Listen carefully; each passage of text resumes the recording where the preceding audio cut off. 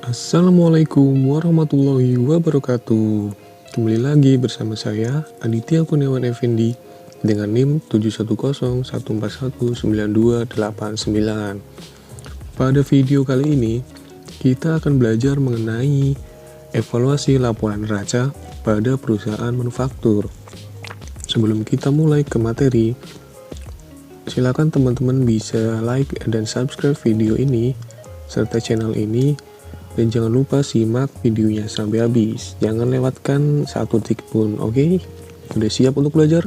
Langsung saja kita ke materi utama.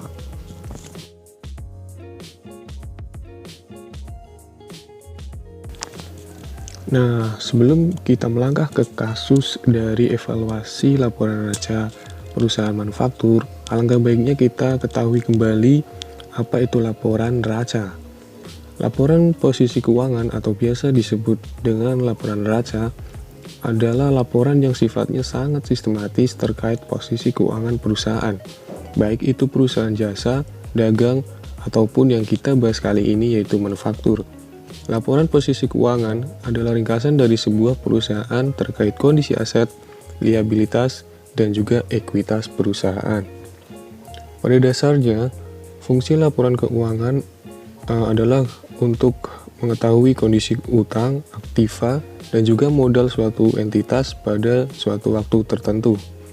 Urutan akun dalam neraca yang tepat adalah nomor urut awal yang menyajikan berbagai kelompok akun yang memang paling liquid, lalu disusul dengan tingkat likuiditas yang paling rendah.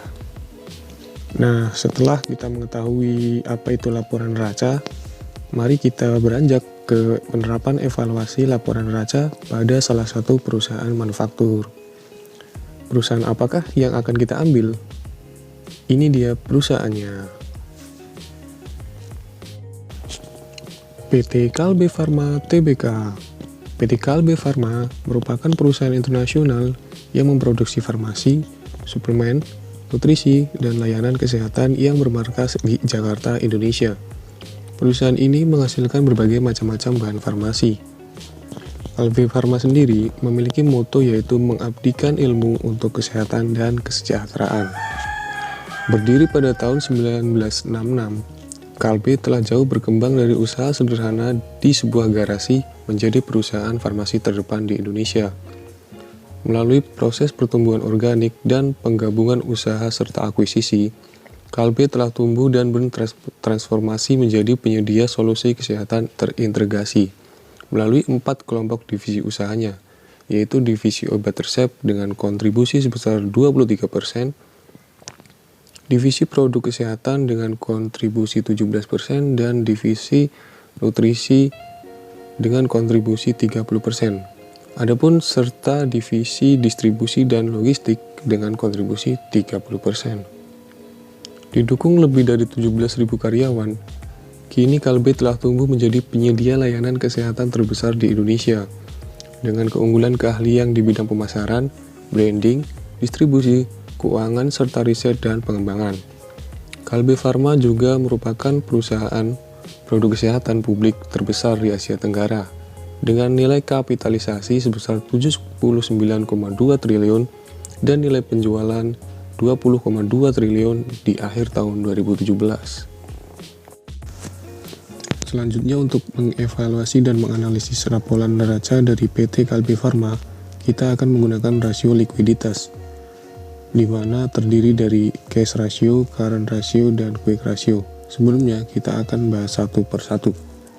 Cash ratio atau dalam bahasa Indonesianya adalah rasio kas, adalah rasio yang bisa digunakan untuk menilai perbandingan antara total kas dan setara kas pada suatu perusahaan dengan kewajiban lancar yang ada di dalamnya.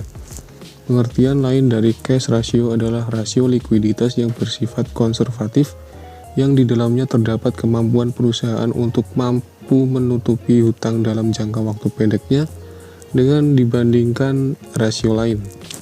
Perhitungan cash ratio pada perusahaan umumnya memiliki dua manfaat utama, yaitu untuk bisa mengetahui tingkat keamanan likuiditas pada suatu perusahaan, serta guna mengatasi berbagai permasalahan likuiditas perusahaan. Dengan mengetahui nilai rasio kas, maka akan membentuk pihak manajemen perusahaan untuk mengambil langkah yang strategis.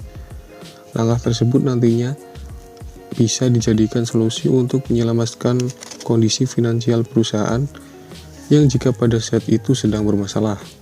Untuk itu, pihak manajemen perusahaan harus terus mengontrol nilai rasio kas perusahaannya secara rutin dan dalam kurun waktu tertentu agar kondisi finansial bisnisnya bisa berjalan dengan baik dan seluruh kegiatan operasionalnya pun berjalan dengan lancar.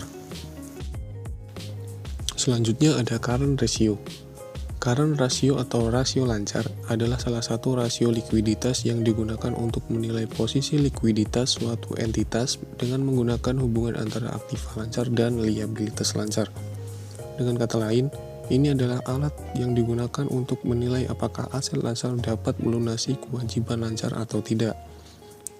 Rasio ini tidak hanya dimaksudkan untuk menilai masalah likuiditas, tetapi juga menilai penggunaan modal kerja entitas. Posisi likuiditas entitas mungkin secara implisit terlihat sehat jika rasio lancar lebih tinggi dari 1 dan tidak sehat jika rasionya kurang dari 1. Rasio lancar memberikan petunjuk kepada pengguna atau pembaca apakah entitas mungkin mengalami masalah atau tidak untuk melunasi kewajiban lancarnya dengan menggunakan kas yang tersedia dan aset lancar lainnya menjadi kas. Yang terakhir yaitu quick ratio atau rasio cepat. Quick ratio adalah salah satu rasio keuangan yang digunakan untuk mengukur posisi likuiditas perusahaan, proyek, pusat investasi, atau pusat laba. Ciri khusus rasio ini dari rasio likuiditas lainnya adalah quick ratio hanya memperhitungkan kas dan item secara kas untuk perhitungan dan interpretasi. Ini mengabaikan item lain yang mungkin tidak dengan cepat diubah menjadi uang tunai dengan mudah dari perhitungan. Misalnya, persediaan tidak termasuk dalam perhitungan karena memerlukan waktu yang sangat lama untuk diubah menjadi uang tunai. Rasio ini kadang-kadang disebut rasio uji asam atau acid test ratio, namun artinya tetap sama.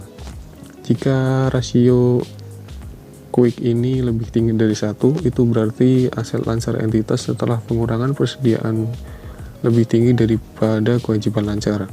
Ini selanjutnya berarti entitas dapat menggunakan aset lancar untuk melunasi kewajiban lancar.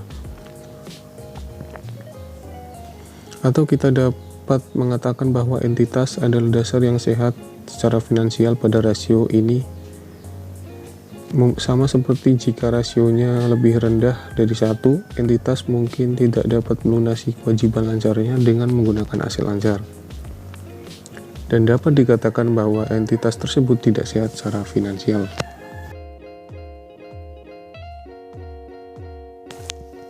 Dan inilah dia contoh dari laporan neraca PT Kalbe Farma tahun 2020 dan 2019 yang saya dapatkan dari laporan keuangan tahunan PT Kalbe Farma. Bisa dilihat bahwa terlihat dari semua akun mengalami peningkatan dari tahun 2019 ke tahun 2020, baik dari aset lancar, aset tidak lancar, maupun liabilitas jangka pendek maupun jangka panjang. Begitupun dengan ekuitas, persediaan juga kas dan setara kas. Ini nanti akan menjadi dasar perhitungan dari 3 rasio yang telah kita pelajari sebelumnya. Seperti apa perhitungannya? Ini dia, kita langsung saja kepada perhitungan rasio likuiditasnya.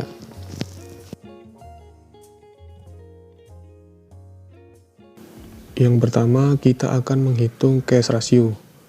Cash ratio dihitung dengan rumus kas ditambah dengan setara kas, kemudian dibagi dengan hutang lancar. Pada kasus PT Kalbe Farma, kas dan setara kasnya sebesar 5,208 miliar, kemudian hutang lancar sebesar 3,177 miliar. Maka perhitungannya adalah 5,208 miliar dibagi dengan 3,177 miliar, dan hasilnya adalah 1,63. Selanjutnya kita akan melakukan analisis terhadap nilai rasio yang telah kita hitung tadi. Untuk evaluasi cash ratio, suatu perusahaan akan dikatakan memiliki uang yang cukup untuk membayar tagihan jangka pendeknya jika nilai cash rasionya adalah 1,0. Sedangkan jika nilainya kurang dari 1,0, maka artinya perusahaan tersebut tidak memiliki kas atau setara kas yang cukup untuk membayar tagihannya. Dan jika nilainya adalah lebih dari 1,0, maka dapat dipastikan bahwa perusahaan mempunyai jumlah kas yang cukup untuk membayar kewajibannya. Dalam kasus ini yang telah kita hitung tadi, yaitu PT Kalbe Farma Tbk memiliki cash ratio sebesar 1,63, yang artinya PT Kalbe Farma dalam keadaan baik karena memiliki kas yang cukup untuk memenuhi kewajibannya. Selanjutnya yaitu current ratio atau rasio lancar. Current ratio dihitung dengan rumus aset lancar dibagi dengan hutang lancar. Maka perhitungannya adalah aset lancar sebesar 13,075 miliar dibagi dengan hutang lancar sebesar 3,177 miliar rupiah. Maka current ratio yang dapat diperoleh adalah sebesar 4,11. Selanjutnya kita akan mengevaluasi dan menganalisis hasil perhitungan current ratio tadi. Jika angka rasio lancar atau current ratio suatu perusahaan lebih dari 1,0, maka perusahaan tersebut punya kemampuan yang baik dalam melunasi kewajibannya, karena perbandingan aktifanya lebih besar dibandingkan kewajiban yang dimiliki. Namun, jika rasio lancar yang dimiliki perusahaan nilainya di bawah 1,0, maka kemampuan dalam melunasi utang masih dapat dipertanyakan. Namun, jika rasio lancar suatu perusahaan nilainya lebih dari 3,0, bukan berarti perusahaan tersebut dalam keadaan keuangan yang baik. Bisa jadi perusahaan tersebut tidak mengalokasikan aktiva lancarnya secara optimal, tidak memanfaatkan aktiva lancarnya secara efisien, dan tidak mengelola modalnya dengan baik. Dalam kasus PT Kalbe Farma Tbk ini memiliki current ratio sebesar 4,11 atau 11. Hal ini menunjukkan bahwa PT Kalbe Farma kurang baik karena total aset lancarnya terlalu berlebihan. Maka dari itu, evaluasi yang dapat dilakukan yaitu PT Kalbe Farma bisa menggunakan persediaan cash-nya untuk membeli aset tetap yang mendukung operasional perusahaan untuk menyeimbangkan perbandingan aset lancar dengan utang lancarnya. Selanjutnya kita ke perhitungan quick ratio atau rasio cepat. Quick ratio dihitung dengan rumus aset lancar dikurangi dengan persediaan, kemudian dibagi dengan hutang lancar. Maka perhitungannya adalah aset lancar sebesar 13,075 miliar dikurangi persediaan sebesar 3,6 miliar. Kemudian dibagi dengan hutang lancar sebesar 3,177 miliar rupiah.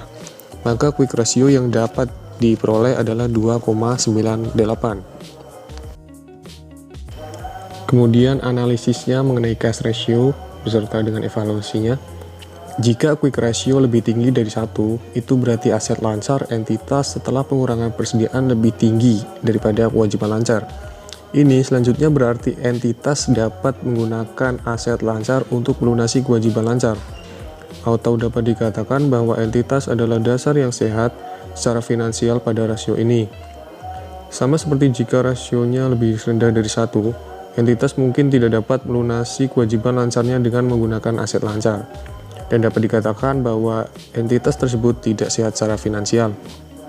Dalam kasus ini, PT Kalbe Farma memiliki quick ratio sebesar 2,98, yang artinya PT Kalbe Farma dalam keadaan sehat secara finansial dan dapat menggunakan aset lancarnya untuk melunasi kewajiban yang dimiliki ketika keadaan tidak menentu atau terjadi hal-hal yang tidak diinginkan.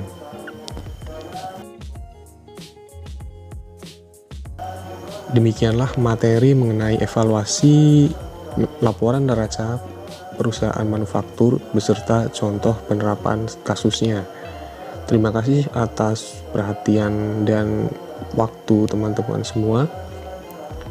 Wassalamualaikum warahmatullahi wabarakatuh. Sampai jumpa di lain kesempatan. Bye-bye.